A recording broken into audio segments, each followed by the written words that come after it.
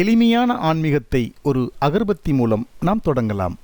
மனதை கொள்ளை கொள்ளும் பலவித நறுமணங்கள், சந்தனம், மட்டிப்பால், ஜவ்வாது, மகிழம்பூ மற்றும் ஃப்ளோரா வகை கைகளால் உருட்டப்படும் தரமான அகர்பத்திகள். இவை மட்டும் அல்லாது கோமதி சக்கரம், லக்ஷ்மி தேங்காய், அதிர்ஷ்ட சங்கு வகைகள் இவை அனைத்தும் தமிழகத்தின் அனைத்து சித்தர் பீடங்கள் மற்றும் சிவாலய விழாக்களில் இவர்களிடம் பெற்றுக்கொள்ளலாம். தபால் மூலமும் அனுப்பி வைக்கப்படும். தொடர்புக்கு குரு அகர்பத்தி, பே. ஆறுமுகம், 9659346395.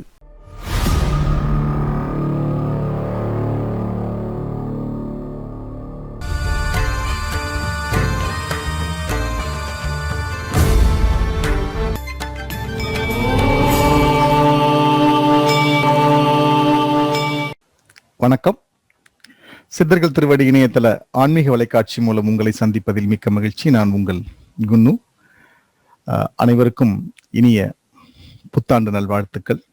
சித்தர்கள் திருவடி இந்த புத்தாண்டோட 1.5 வருடம் நிறைவு செய்கிறது. கடந்த 22 மே 2019 அன்னைக்கு தான் நம்ம இது தொடங்கப்பட்டது. இதுவரைக்கும் ஒரு 966 வீடியோக்கள் போட்டிருக்கோம். கிட்டத்தட்ட இன்னும் ஒரு சில தினங்கள்ல 1000வது வீடியோ இது சந்திக்கும் அப்படின்னு நினைக்கிறேன். இந்த 1000 வீடியோக்கள்ல இது வரைக்கும் 180 190 ஜீவபீடங்கள் நாங்க போயிருக்கோம். இந்த ஜீவபீடங்கள்லாம் பாத்தீங்கன்னா ஒரு 17 மாவட்டங்கள்ல இந்த ஜீவபீடங்கள் இருக்குது. 300க்கும் மேற்பட்ட காணொளி நேர்காணல் நாங்க பண்ணியிருக்கோம். எல்லாருக்கிட்டையும் பண்ணியிருக்கோம். இதுவரைக்கும் சித்தர்கள் திருவடி 9264 சப்ஸ்கிரைபர் சம்பாதிச்சு வச்சிருக்குது. மேலும் இவங்கெல்லாம் 22 நாடுகளில் வாழும் தமிழர்கள் இந்த சித்தர் சம்பந்தப்பட்ட விஷயங்கள், வீடியோக்கள், காணொலிகள் எல்லாம் பார்த்து சந்தோஷப்பட்டு இருக்காங்க அப்படின்னு நினைக்கும் போது ரொம்ப சந்தோஷமா இருக்கு. இந்த 22 நாடுகளில் வாழும் அனைத்து தமிழ் நெஞ்சங்களுக்கும் சித்தர்கள் திருவடி சார்பாக உங்கள் அனைவருக்கும் இந்த இனிய புத்தாண்டுகளை மீண்டும் உங்களுக்காக நான் சொல்லிக்கொள்ள ஆசைப்படுகிறேன். இன்னைக்கு இந்த புத்தாண்டு ஸ்பெஷலா திருவண்ணாமலை இந்த ஒரு நாள் ஆன்மீக சுற்றுலா ஏற்கனவே ஒரு டெமோ போட்டிருந்தேன். அதை இந்த புத்தாண்டில் தொடங்கலாம் என்று ஆரம்பிச்சிருக்கோம். கிட்டத்தட்ட 46 சித்தர் பீடங்கள் நாங்க பார்த்திருக்கோம். அதுல 36 இடங்கள், ஏன்னா ஒரே ஜீவ சமாதியில 4 பேர் 3 பேர் 5 பேர்கள், ஏன்னா குருவோட சிஷியர்கள் இவங்களெல்லாம் சேர்ந்து அந்த ஜீவபீடத்துல இருக்கிறதுனால மொத்தம் 46 ஜீவபீடங்கள். அதில் 36 ஜீவபீட இடங்கள் நாங்க ஐடென்டிஃபை பண்ணி நாங்க போயிருக்கோம். இந்த ஆன்மீக சுற்றுலாவை எங்களுக்கு மிகவும் ஒரு சிறப்பான ஒரு தரிசனம் தந்த ஜெல்லியர் டூர்ஸ் அண்ட் டிராவல்ஸ் அவங்க தான் இந்த ஒரு ஆன்மீக சுற்றுலாவுக்கு ஏற்பாடு பண்ணி ஒரு நாள் ஆன்மீக சுற்றுலா ஏற்பாடு பண்ணாங்க. ரொம்ப அருமையான ஒரு தரிசனம் கிடைச்சது. ஒரு நாள்ல ஒரு கிட்டத்தட்ட ஒரு 46 ஜீவ சமாதிகள்ங்கிறது ரொம்ப கஷ்டம். இது எல்லாமே திருவண்ணாமலை அண்ணாமலையாருடைய அங்கேயே 2 மணி நேரம் ஆச்சு எங்க தரிசனம். அன்னைக்கு சனி பிரதோஷம், அன்னைக்கு சனி பயிற்சி நடந்தது. அதனால ரொம்ப ரஷ். அதையும் தாண்டி நாங்க விடிகால 4 மணிக்கெல்லாம் எழுந்து 5:30 மணிக்கெல்லாம் தரிசனம் ஆரம்பிச்சு இரவு 9:30 மணி வரைக்கும் இந்த ஜீவபீட தரிசனங்கள் கடைசியில நாங்க ரொம்ப ரொம்ப ஃபாஸ்டா தான் நாங்க தரிசனம்லாம் இருந்தது. இன்னும் நிறைய போகலாம் என்று இருந்த வேளையில் நேரம் கருதி ரொம்ப 9:30 மணிக்கு நாம் எல்லாருமே சென்னையிலிருந்து ஒரு குழு மற்றும் கன்னியாகுமரியிலிருந்து ஒரு குழு, கோயம்புத்தூர்ல இருந்து ஒரு குழு, இப்படி 3 குழுக்கள் ஒன்றா சேர்ந்துதான் நான் இந்த ஜீவபீட தரிசனம் இருந்தது. ரொம்ப மகிழ்ச்சியா இருந்தது. அவர்களுக்கெல்லாம் நான் சித்தர்கள் திருவடி சார்பாக நன்றியை தெரிவித்துக் கொள்கிறேன். நம்ம இப்போ திருவண்ணாமலை தரிசனம் எப்படி இருக்குது அப்படின்ட்டு, இந்த 46 சித்தர் பீடங்கள் அல்லாமல் இடையிடையே நிறைய சிவாலயங்கள் மற்றும் முருகன் ஆலயங்கள் எல்லாம் நம்ம காணொலியாக்கம் செஞ்சிருக்கோம். அதையும் இந்த காணொலிகளை உங்களுக்காக இடையிடையே அந்த சித்தர் பீடங்களுக்கு இடையே நாங்க காணொலியாக்கம் செய்யறோம். நிச்சயமா அதையும் நீங்க பார்த்து ரசிக்கலாம். இந்த 1.5 ஆண்டு காலம் என்னுடைய இல்லறம் தாண்டி, என்னுடைய அலுவலகம் தாண்டி உங்களுக்கெல்லாம் இந்த ஆன்மீகத்தை நான் தரிசனம் செய்த அந்த விஷயங்களை உங்களுக்காக நான் காணொலியாக்கம் செய்யப்பட்டு நான் பெற்ற இன்பம் பெருகை வையகம் அப்படின்னு சொல்லிதான் இந்த காணொலியாக்கத்தை உங்களுக்கு நாங்க வழங்கிட்டு இருக்கிறோம். இந்த திருவண்ணாமலை மாவட்ட சிறப்பு காணொலிகள் பல பாகங்களாக வர இருக்கிறது. நீங்க ஒவ்வொரு நாளைக்கும் முடிந்த அளவுக்கு ஒரு 10 to 15 நிமிடங்கள் காணொலியாக்கமாக இதை நான் எவ்வளவு இதை கொடுக்க முடியுமோ அவ்வளவுதான் நான் உங்களுக்கு கொடுக்க நான் வந்து கடமைப்பட்டிருக்கிறேன். தொடர்ந்து நீங்க வந்து எல்லாம் கண்டுகளிங்க. இதை நீங்க மட்டும் கண்டுபிடிப்பதோ நின்று விடாமல் உங்க சமூக ஊடகங்கள் மூலம் உங்கள் நண்பர்களுக்கும் உறவினர்களுக்கும் இந்த சித்தர் பீடங்கள் சிறப்பு தரிசனங்கள் எல்லாம் வந்து அவங்களுக்கு அனுப்பி அவங்களும் அந்த பாக்கியத்தை பெற வேண்டும் என்று நான் வந்து சித்தர்கள் திருவடி சார்பாக உங்களை வந்து நான் வேண்டி விரும்பி கேட்டுக்கொள்கிறேன். இதுவரைக்கும் நீங்க வந்து சித்தர்கள் திருவடியை வந்து நீங்க சப்ஸ்கிரைப் பண்ணல அப்படின்னா நீங்க சப்ஸ்கிரைப் பண்ணுங்க. பக்கத்துல இருக்கிற ஒரு பெல் ஐக்கானை நீங்க கிளிக் பண்ணீங்கன்னா நாங்க பதிவிடுற காணொலிகள் உடனே உங்களுக்கு வந்து எந்தவித வாட்ஸ்அப் எந்த விதமான ஃபேஸ்புக் வழியா நீங்க பார்க்காம உங்களுடைய மொபைலுக்கு நேரடியா வந்து ஒரு இண்டிகேஷன் கொடுக்கும், நீங்க பார்க்கலாம். அந்த ஒரு காரணத்துக்காக தான் நீங்க சப்ஸ்கிரைப் பண்ணி நீங்க அந்த பெல் சிம்பலை வந்து நீங்க பிரஸ் பண்ணுங்க அப்படின்னு நாங்க வந்து சொல்றது. ஏற்கனவே நீங்க சப்ஸ்கிரைப் பண்ணியிருந்தீங்கன்னா திரும்ப பண்ண வேண்டிய அவசியம் இருக்காது. ஏன்னா உங்களுக்கு சப்ஸ்கிரைப் பட்டன்ல ரெட் கலர்ல இருக்கும். ரெட் கலர்ல இருக்குன்னா நீங்க இன்னும் பண்ணல அப்படின்னு அர்த்தம். அது ஒயிட் கலர்ல மாறிடுச்சு அப்படின்னா நீங்க ஆல்ரெடி வந்து நீங்க பண்ணிருக்கீங்கன்னு அர்த்தம். பக்கத்துல இருக்கிற ஒரு பெல் சிம்பிள் போட்டுங்க. அங்க பெல் சிம்பிள் போட்டாதான் உங்களுக்கு வந்து உடனடியாக நாங்க பப்ளிஷ் பண்ண அடுத்த செகண்டே உங்களுடைய மொபைலுக்கு வந்து ஒரு இண்டிகேஷன் கொடுக்கும். உடனடியாக நீங்க பார்க்கலாம். மீண்டும் மற்றொரு இனிய காலொனியில் உங்களை சந்திக்கிறேன். அதுவரை உங்களிடமிருந்து விடைபெறுவது உங்கள் குன்னும். இனிய புத்தாண்டு நல்வாழ்த்துக்கள் மீண்டும் மீண்டும் உங்களுக்காக.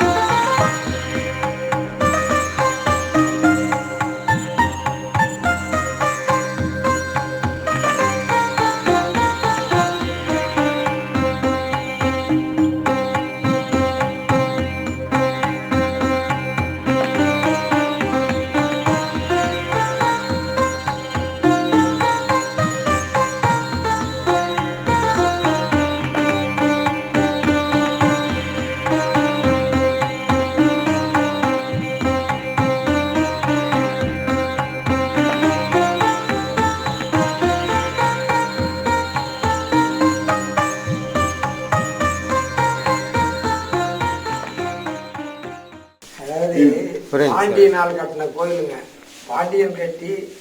பாண்டியன் கட்டுற கோயிலில் 5 ஸ்ரீசக்கரம் இருக்கும். பாண்டியனுடைய சின்ன மீன் சின்னம்னு சொல்லுவாங்க. 5 ஸ்ரீசக்கரங்குது, மீன் சின்னங்குது.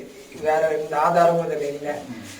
அந்த கோயில் முஸ்லீம் படம் எடுக்கும்போது இடிச்சிட்டு இருக்காங்க, அப்படியே கிடந்து. 1947 எங்கள் பாட்டி குப்பம்மான்றவங்க இந்த ஒரு இதை இருக்கிற மண்ணெல்லாம் அள்ளிட்டு வழி வச்சு இந்த மூலஸ்தானத்தில் இந்த இருக்கிறாரு பாருங்க பெருமாள். அந்த பெருமாளை கொண்டாந்து வச்சிருக்கிறாரு. அந்த காலத்தில் கங்க பிள்ளைன்னு சொல்லிட்டு இங்கே ஒரு பெரிய ஆளாம், ஒரு ரவுடி இல்லை, கங்கா ஒரு செலவு ஒன்று எடுத்தாடாங்க. 2 துறானு காசு கொடுக்க நான் சிலை எடுத்து தந்துடுறான். 2 துறா என்னடா 4 துறானு காசு தரா கொண்டாடான்ட்டுருக்காங்க. அவர் எங்கே போனாதான் அந்த சிலையை தூக்கிட்டாரு. ஒரே ஆள் தூக்கி வந்துருக்காருங்க. தூக்கி வந்து அந்த சிலையை வச்சு 47 அப்படி டெய்லி இது அந்த சிலைக்கு தண்ணியை ஊற்றி நாமத்தை போட்டு கற்பூரம் கொடுத்துட வேண்டியது. அப்படியே வழி போட்டுக்கிட்டு சாயந்தரம் விளக்கு ஏற்றின்னு வருவோம். அப்படியே இருந்ததுங்க. 2007 இதை புதிக்கக்கூடிய ஒரு வாய்ப்பை கொடுத்தாரு பெருமாள். எனக்கு ரொம்ப உடம்பு சரியில்லாத போய் அதில் நுரையீரல் தண்ணி நுரையீரல் ஏறி பெரிய சீரியஸான நிலையில் முதுகில் பாருங்க 3 கொத்தல் இருக்கும். 3 எடுத்து போட்டாங்க. அதாவது அந்த நீரை எடுக்கிறதுக்காக இது பண்ணாங்க, ஒன்றும் முடியல. அப்புறம் 4வது இங்கே போட்டாங்க. இந்த இது போட்ட பிறகு நுரையீரல் கொஞ்சம் சரி பண்ணி என் கூட 11 பேர் ஹாஸ்பிட்டலில் இருந்தாங்க. எல்லாம் போயிட்டாங்க. 11ஆளாவது நாம தான் அப்படின்னு நினச்சின்னுக்கிறேன். அப்போ வந்து கனவுல சொல்றாரு பெருமாள், வாடா கோயிலில் வேலை இருக்காங்க. நான் சொல்கிறேன் என் நிலைமையே போகிற நிலையில் இருக்கிறேன். அதே சமயத்தில் என் பொண்ணுக்கு வேற கல்யாணம் வச்சிருக்கிறேன். இந்த கல்யாணத்தை முடிச்சிட்டினாக்கா நீ எங்கே கூட்டாலும் நான் வரேன். கல்யாணம் முடியணும், எனக்கு உடம்பு சரியாகணும், நான் எங்கே வந்து என்ன பண்ணுறது, கோயிலில் வேலை இருக்குதுடா வாடான்றாரு. நான் வரேன், ஆனால் என் பொண்ணு கல்யாணம் நடக்கணும், நான் நல்லா இருந்தால் தானே கட்ட முடியும் அப்படின்னு சொல்கிறேன். வா அப்படின்னு சொல்லிட்டு என்ன நூலியன் மேலே ஏற்றின்னு போகிறாங்க. நான் கூட அவளுடைய கனவுலே நடக்குது. நேரம் நிஜமா கண் திறந்து உட்காந்து அப்படியே கண்ணாலேயே பார்க்குறேன். அப்படியே சங்கு சக்கரத்தால செம பாடி அப்படியே வந்து நின்னாரு. அவர் கூட போனால் நூலு எண்ணெய் ஏறணும். அவர் எங்கே போனான்னு தெரியாது. நான் மட்டும் நூல் ஏறி மேலே போனால் ஒரு தார் ரோடு மாதிரி வந்து அங்கே போனால் வெறும் மொட்டை நாடாங்குது, ஒன்றுமே கிடையாது, வீடு எதுவுமே கிடையாது. இந்த தட்டை பொங்கங்குது பாருங்க, அந்த புங்க மரம் தான் இருக்குது. அப்படியே நான் கேட்குறேன், என்னங்க தேவலோகன்றீங்க, இங்கே ஒன்றுமே கிடையாது, வெறும் காடை தாங்குதே, வா அப்படின்னு. இந்த கோயில் தான் எடுத்தே இருக்கு. அப்போ தெரியல இந்த கோயிலில் தான் வேலை வந்து செய்யினாரு.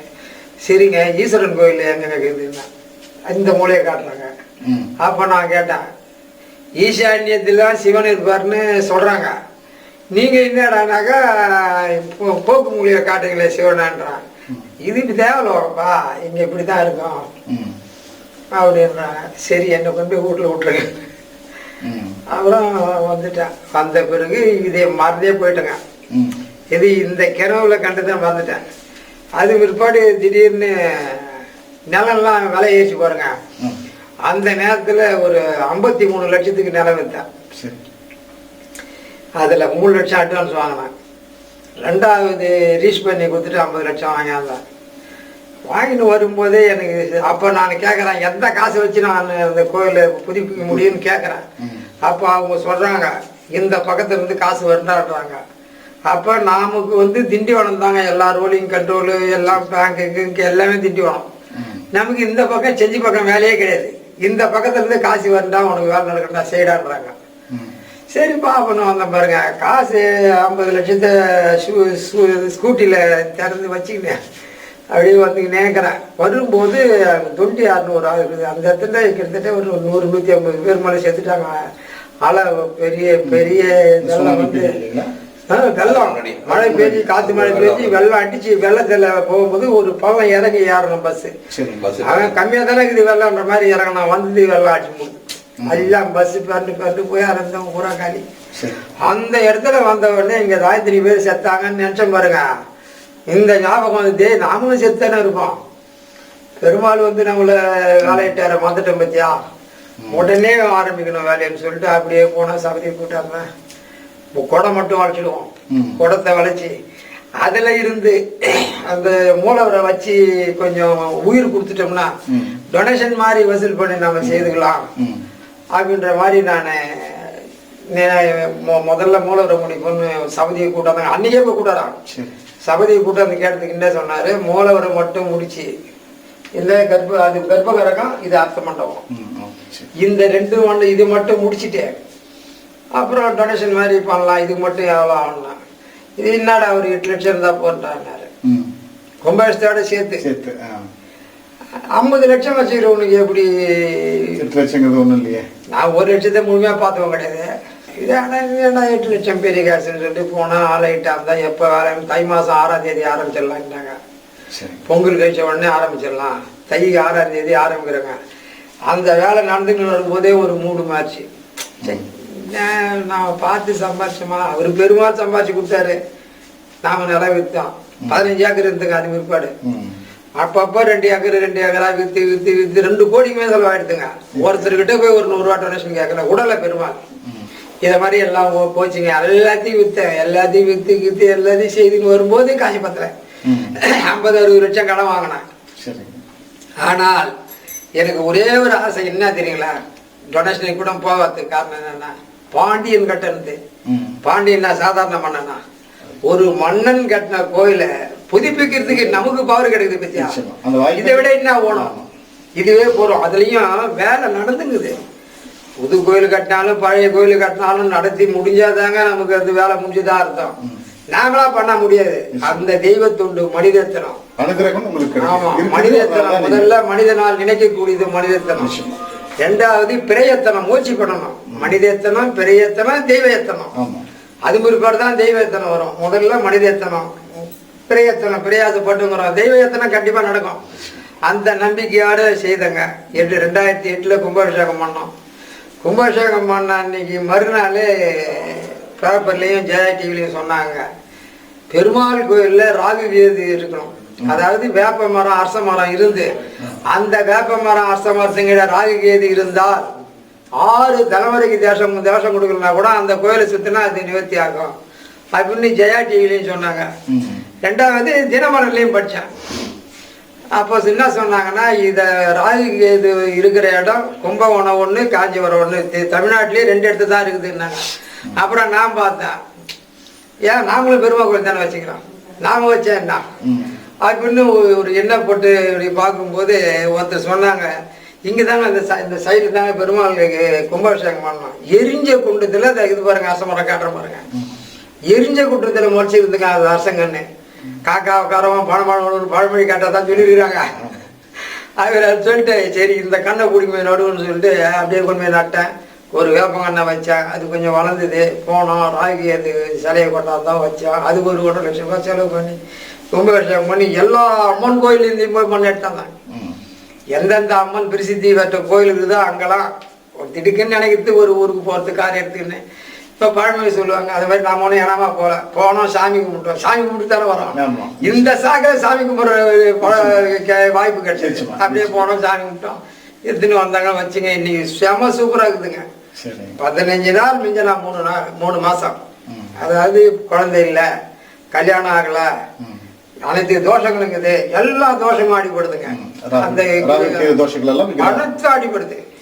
நிறைய குறிப்பிட்ட நாள்ல நீங்க அந்த பூஜை பண்றீங்களா இல்ல எல்லா நாட்களும் பூஜை? எல்லா நாளும். ராகு காலத்துல ராகு காலத்துல தான் ராகு கேதுக்கு பூஜை பண்ணணும். அது எள்ளு ஒரு முடிச்சு, இந்த எள்ளுன்ற உளுந்து, கருப்பு உளுந்தும் கொல்லும் 2 முடிச்சு, ஒரு முடிச்சு போச்சு நெல்லெண்ணெய் அகல்ல ஊற்றி அதில் இந்த முடிச்சை வச்சு அதில் எண்ணெயை ஊற்றி ஏற்றிட்டோம்னா, ஏற்றிட்டு அந்த கோயிலை 7 சுத்து வரணும்.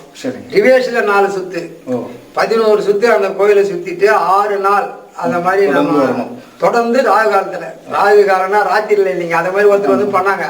ராகு காலத்துல செய்ய சொல்றாங்க. ராகு காலம்னா ராத்திரி 6 இந்த மாதிரி நேரம் அப்படின்னு சொன்னான். அந்த ராகு கேதுக்கு சுத்துறதுக்கு பேரு ராகு கால பூஜை. ராகுக்கு தான் மெயினா வரத்தாது தான் ராகு கால பூஜைன்னு சொல்லுவாங்க. பகல்ல வந்து சுத்துன்னு சொன்னான். அதை மாதிரி சுத்தி நிறைய பேருக்கு நல்ல வாய்ப்புங்க. ஒரு பெரிய ஃபேமஸ் இருக்குல்ல இங்க. இந்த மூலவருடைய பேரு என்ன? லட்சுமி நாராயணன். இது எப்படின்னாக்கா இந்த கோயிலை இடிக்கிறதுக்கு முன்ன ஆதி நாராயண பெருமாள் இருந்திருக்கிறாரு இதுல தனிய. அந்த ஆதி நாராயண பெருமாளை குதிரை கால கட்டி இது போய் அதுக்காக போட்டானுங்களாம். அம்மனுடைய பேரு லட்சுமிங்க. லட்சுமி. அது நாராயணன் ஆதி நாராயணன் இருந்தா ஸ்ரீதேவி பூதேவி இருக்கணும். லட்சுமி நாராயணன் இருந்தாக்கா லட்சுமி கூடயே இருக்கிறாங்க. இதனுடைய நிலை என்னங்கன்னா லட்சுமி நரசிம்மர் இருக்கிறாரு. அவரு கோபத்தை தணிக்கிறதுக்கு மனைவி போய் மடியில உட்காடுறாங்க. யாருக்கா இருந்தாலும் எப்பேற்பட்ட கோபமா இருந்தாலும் மனைவி சொன்னா கொஞ்சம் தமுக்கும். எந்த ஊர்? இந்த ஊர் பேர் என்ன? தீவனூர். தீவனூர். இதுக்கு எப்படி தீவனூர்னு வந்துட்டு எதிரி கம்பங்கத்து காட்டுறாங்க. எந்த ஊர்ல இருந்து வர முடியும் இந்த ஊருக்கெல்லாம்? திண்டிவனத்துல இருந்து வரலாம், செஞ்சில இருந்து வரலாம், இந்த பக்கம் காஞ்சிபுரத்துல இருந்து வரலாம், வந்தவாசில இருந்து வரலாம். எல்லாத்துக்கும் லைன் இருக்குதுங்க. இந்த ஊர்ல ஒரு பெரிய கற்கம்பம் இருக்குதுங்க. ஒரே கல்லு 32 அடி உயரம், ஒரே கல். அந்த கல்லுல அந்த காலத்துல தீபம் ஏத்தி இருக்கிறாங்க. அது எதுக்காக அந்த தீபம் ஏத்துனாங்க? அந்த காலத்துல தான் தெரு தெரு விளக்கு ஏத்தி வச்சாங்க. இப்பதானே லைட்டு கரண்ட் லைட் தெருலாம். அதுக்கு முன்ன டூம் லைட்டு தெரு தெருக்கு எழுதி வைப்பாங்களாம். அத மாதிரி இந்த கம்பத்துல லைட் ஏத்துறதுனால விளக்கு ஊருக்கு ஒரு கலங்கரை விளக்கு மாதிரி. ஆமா, பெரிய விளக்கு. இந்த விளக்கு எரிஞ்சதுனால தீபம் ஏற்றியதனால் இந்த ஊருக்கு தீபம் நூர். தீபம் நூர். அது நாளடைவுல தீவனூரா மாறி. தீபம் ஏற்றியதனால் தீபனூர். அந்த கல்லு கம்பத்தை காட்டுற பாருங்க. அங்கதான் இப்ப ஆஞ்சநேயர் இருக்கிறாரு. இந்த லட்சுமியினுடைய அம்சம் என்னன்னு சொன்னா அந்த லட்சுமி நரசிம்மர் கோபத்தை தணிக்கிறதுக்கு அம்மா மடியில உட்கார்றாங்க. இவங்க கோபத்தை தணிக்கிறதுக்கு இல்ல, மக்களுக்கு அருள் கொடுக்குறாங்க. பாருங்க, நம்மளை பார்த்த மாதிரி இருக்கும். நரசிம்மருக்கு அம்மா ஐயாவை பார்த்த மாதிரி இருக்கும். இது நம்மளை பாக்குற மாதிரி இருக்கு. நமக்கு அருள் கொடுக்கறது. கிரேதாயுகத்துல ராம அவதாரம், அண்ணன் தம்பிங்க எப்படி இருக்கணும் அந்த அவதாரம். ரெண்டாவது திரேதாயுகத்துல கணவன் மனைவி எப்படி இருக்கணும், இப்படி இருந்தா தான் வாழ்க்கை அப்படின்னு சொல்றாரு. இப்படியே இருந்து குழந்தை குட்டிங்க அதிகமா பிறந்துட்டா துவாபர யுகம். பிள்ளை அண்ணன் தம்பிங்க பிள்ளை குட்டிங்க அதிகமாக போய் மண்ணாசை, பெண்ணாசை, பொன்னாசை, பேராசை, பொருளாசை ஆசைப்பட்டா வெட்டிந்தாண்டா மடியணும். பாரதம் ஒவ்வொரு விதத்திலயும் ஒண்ணு நமக்கு சொல்லி. இந்த ஆலயத்துக்கு என்னென்ன காரணங்களுக்காக வர்றாங்க, அதை நிவர்த்தி அடிச்சுட்டுலாம் போறாங்க, எதை அவங்க மனசுல நினைக்கிறாங்களோ. ஒரு உதாரணம், இப்போ உங்களை நான் ஒரு பொருள் கேட்கறேன், நீங்க என்ன சொல்லுவீங்க? வீட்டுல கேட்டு சொல்றேங்க. அதுதானே சொல்ல முடியும். வீட்டுல போய் கேட்டா என்ன சொல்லுவாங்க? வீட்டுக்காரர் வரட்டங்க, நான் கேட்டு சொல்றேன். அவங்க இவங்க 2 பேரும் இப்போ இங்க ஒன்னா உட்காந்துக்கிறாங்க. யாரையும் போய் கேட்க வேண்டிய வேலை கிடையாது, அவங்களே கொடுத்துருவாங்க டக்குன்னு. அப்படியே ஒரு சின்ன உதாரணம் சொல்றாங்க. அதே போல அரியும் சிவனும் ஒண்ணுன்னு சொல்லுவாங்க. இந்த வழியில இப்ப பாத்தீங்கன்னா சிவன் இருக்கிறாருங்க. எல்லா சிவன் கோயிலையும் பெருமாள் இருப்பாரு. ஆனா பெருமாள் கோயில்ல சிவன் எங்கேயுமே இருந்திருக்க மாட்டாரு, இருக்க மாட்டேன் இல்லை. நாங்க மட்டும் இவர்கிட்ட பர்மிஷன் வாங்கி சிவனை வச்சிருக்கிறோம். காரணம் என்னன்னா, சின்ன வயசுல இருந்து இந்த ஒரு எண்ணம் உண்டுங்க எனக்கு. அரிசி, அந்த அரிசியை சாப்பிட்டாதான் நாம உயிர் வாழ முடியும். நம்மளுக்கு பெட்ரோலா தான். நம்ம அந்த அரிசி பெட்ரோலை போட்டாதான் நம்ம உயிர் வாழ முடியும். அது யாரு? அரிசி. இங்க அரி, அங்க சி. அந்த அரிசி சிவனும் ஒண்ணு. இவங்களை காக்கிறது யாரு? உமா மகேஸ்வரி, உமி. நெல்லை நட்டோம்னா பதில் தான் வெளியில வரும். அது பிற்பாடு பால் ஏறி அது அரிசியா மாறி, அரிசி ஆனதுக்கு அறுத்து நெல்லை தந்தாங்க. அதை நாம அரிசி வேற உமி வேற எடுக்கணும். நல்ல விசேஷத்துக்கு தவிடு எடுத்தா உமி எடுத்தான்னுவாங்க. அதே மாதிரி பாத்தீங்கன்னா இவரு 108 பிழை பொறுப்புன்னு. 108 பிழை தாண்டினார். இப்போதைய கணக்கு பிரகாரம் 108 ஆம்புலன்ஸ். சாமி லட்சுமியை கூப்பிட்டு இவன் கூட போ அப்படின்னு சொல்லுவான். லட்சுமி வர வரைக்கும் உட்காந்து நம்ம லட்சுமி கூப்பிட்டு வரதா ஒரு ஐதீக முறை. ஆனா இங்க கும்பிட்டுட்டு அப்படியே போய் துஜாவரண கப்பத்தை ஊந்து கும்பிட்டுட்டு நேரா வீட்டுக்கு போவோம். உட்காந்தீங்கன்னா லட்சுமி உள்ள வந்துடும். ஆமா, உட்காரக்கூடாது. பெருமாள் கோயிலை பொறுத்தளவுல நீங்க சாமி கும்பிட்டும் போது லட்சுமி இங்கதானே இருக்குது. இவங்களை யாரும் கூப்பிட்டு போன்னு சொல்றதுக்கு இல்லைல்ல. அவங்கள வணங்க வந்தவங்களுக்கு அவங்க தானே ஆசிரியர்களை எடுத்தாங்க. அதனால எல்லாருக்குமே உலக நாட்டிலேயே லட்சுமி இருந்தா தான் லட்சுமி கலாச்சாரம்னுவாங்க. எல்லா இனத்தவருக்கும் யாரு? லட்சுமி தானே இருந்தாங்க. எல்லாம் ஒரு சாமி தானே. அதனால லட்சுமி கடாட்சம்ன்றது இந்த அம்மா கூடயே வருவாங்க. பெருமாள் கோயிலில் போய் ஊந்து கும்பிட்டுட்டு அப்படியே வீட்டுக்கு போகணும். லட்சுமி வீட்டுக்கு வர மாதிரி. மற்ற கோயில் போனால் உட்காந்து தான் வரணும். அந்த சாமி கூப்பிட்டு சொல்லி லட்சுமி வர வரைக்கும் நம்ம உட்காந்து லட்சுமி எடுத்து வர மாதிரி அது ஒரு அதிக முறை சொல்கிறாங்க. நமக்கு என்ன தெரியும் அது என்ன சொல்கிறாங்க. ஐயோ போச்சு முடியாது தாராளமாக சொல்லுங்க. நாங்கள் உங்கள்கிட்ட விவரங்கள் கேட்கறதுக்காக தான் நின்றுட்டு இருக்கோம். வேத நூல் பிராய நூல். ஒரு குழந்தைன்னு பிறந்துட்டுன்னு சொன்னால் கீழே விழுந்ததுன்னா விழுந்த உடனே தத்துவம் அழுவும். குழந்தை விழுந்த உடனே அழுவுதான். அதுக்கு சரி உடனே என்ன பண்ணுவாங்க, அந்த குழந்தைய தூக்கி போய் வாயால் ஊதுவாங்க, மூக்கால் ஊதுவாங்க, ஊதி அந்த சளியை உர எடுப்பாங்க. அன்னைக்கு பிடிக்கிற சளி நம்ம போகிற வரைக்கும் அந்த சளி நம்ம விட்டு போகிறதில்லை. அப்போது ஒரு குழந்தை பிறந்தால் வேத நூல் பிராய நூறு மனுஷர் தான் புகுவரேலும் பாதி நாள் உறங்கி போகும் நின்றதில் 15 ஆண்டு பேதைபால் அகனதாகும் பிணிபசி நூற்பு துன்பம் ஆதலால் இப்பிறவி வேண்டேன் அரங்கமா நகருளானேன்னு பாடிடுறாங்க. அப்படின்னு தான் நினைக்கிறீங்களா? வேத நூல் பிராய நூறு. குழந்தை பிறந்ததுன்னா அதுக்கு வயசு 100 வேதம் சொல்லுது. ஆனால் பாதி நாள் உறங்கி போகும். எந்த குழந்தையா இருந்து வளர்ந்தாலும் பாதி நாள் தூங்கிடுறோம். பாதி நாள் உறங்கி போகும் நின்றதில் 15 ஆண்டு. நின்றது எவ்வளோ? 50. அதில் 15 ஆண்டு பேதைப்பால் அகனதாகும். குழந்தை பருவம் நம்ம நிச்சயமாக தன்னிச்சையாக எதுவும் பண்ண முடியாது. வளர்ந்து 15 வயசை தாண்டினாதான் நாம் எதையும் செய்ய முடியும். 15 வருஷம் வீணாக போயிட்டா அதில் எந்த குழந்தை பாலகனாகும் குழந்தை பருவம் அதில் ஒன்றும் நம்ம பண்ண முடியாது. 15 வயசுக்கு மேலே தான் நல்ல அறிவு புத்தி வரும். அப்புறம் தான் நாம் எதையும் பண்ண போகிறோம். மீதம் உள்ளது எத்தனை வருஷம்? 35 ஆண்டு காலம். மனித வாழ்க்கையே 35 தான். இந்த 35 ஆண்டு காலம் வாடத்திலேயே பிணி காயெல்லாம் வந்து பசி. சாப்பாடு இருக்கும், சாப்பிடவே முடியாது. இருட்டு மாப்பா சாப்பிடலாம்.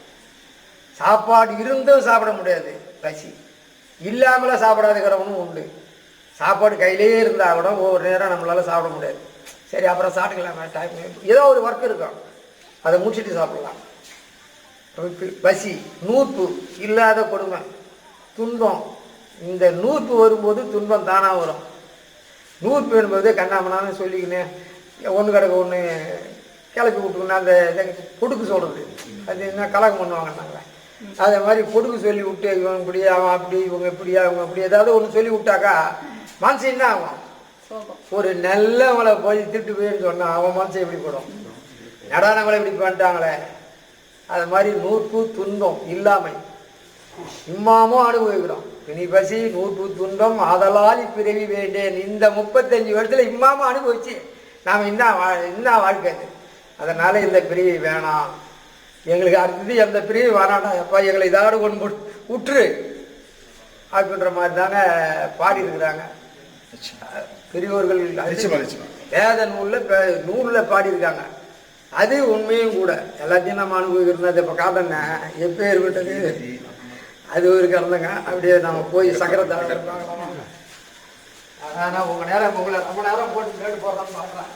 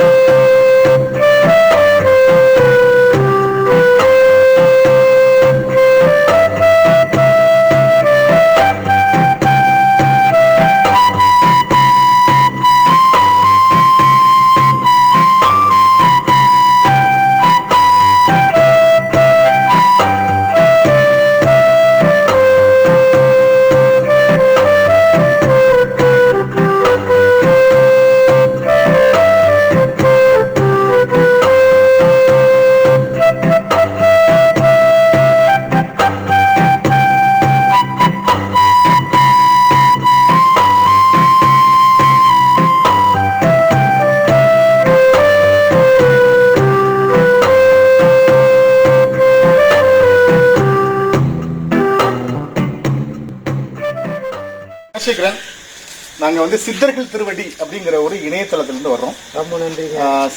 சிவனடியார்கள், சிவன் ஆலயங்கள், பெருமாள் ஆலயங்கள், சித்தராலயங்கள் எங்கெல்லாம் இருக்காங்களோ அவங்களெல்லாம் இந்த உலகத்துக்கு வெளிக்கொண்டு வரனால சொல்றேன்னு தப்பு நினைக்காதுங்க. சொல்லுங்க.